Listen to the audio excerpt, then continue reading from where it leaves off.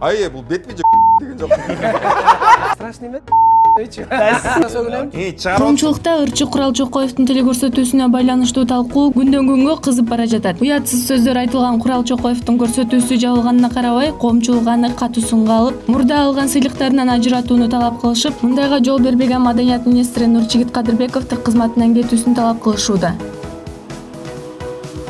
Менин отставкамды талап кылгандар кыла берсин. Демократия алардын өз укугу. Алар менен айтышууга убактым жок. Иштей турган учур азыр. Адеп, ахлак, нарк насилдүү, элге сөгүүнү туура келбейт. Биз дагы өзүбүздүн жумушубузду аткара беребиз.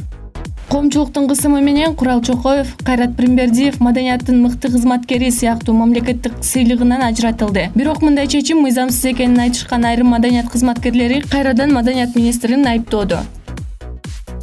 YouTube'дагы көрсөтүү албетте жакшы көрүнүш эмес. Бирок эгер Маданият министри Кайрат менен Куралды наамдарынан ажыратса, анда мен өзүм алган бардык сыйлыктарымды министрдин колуна тапшырып берем. Эркиндик бул улуттун эң жогорку баалуулугу. Эскерте кетсек, Курал Чокоев өзүнүн YouTube каналына 18 жаштан жогорку жарандарга арналган долбоор ачып, көрсөтүүнүн жүрүшүндө меймандары менен кыргыздын менталитетине туура келбеген, оозго алгыс сөздөрдү сүйлөп сөгүнүшкөн.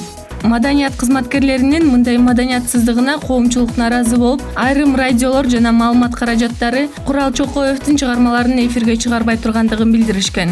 Курал Чокоев коомчулуктан кечирим сурап, көрсөтүүсүн интернеттен өчүрдү. Урматтуу туугандар, көптөгөн отзыв алдык, сөзсүз түрдө колдогондор болду.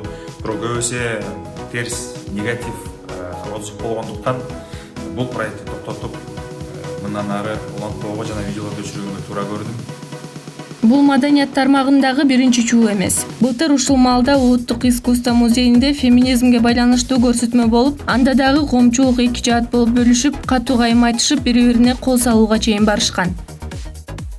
Каныша Ашимбекова, Тилек Бакыев, Наждак Медиа.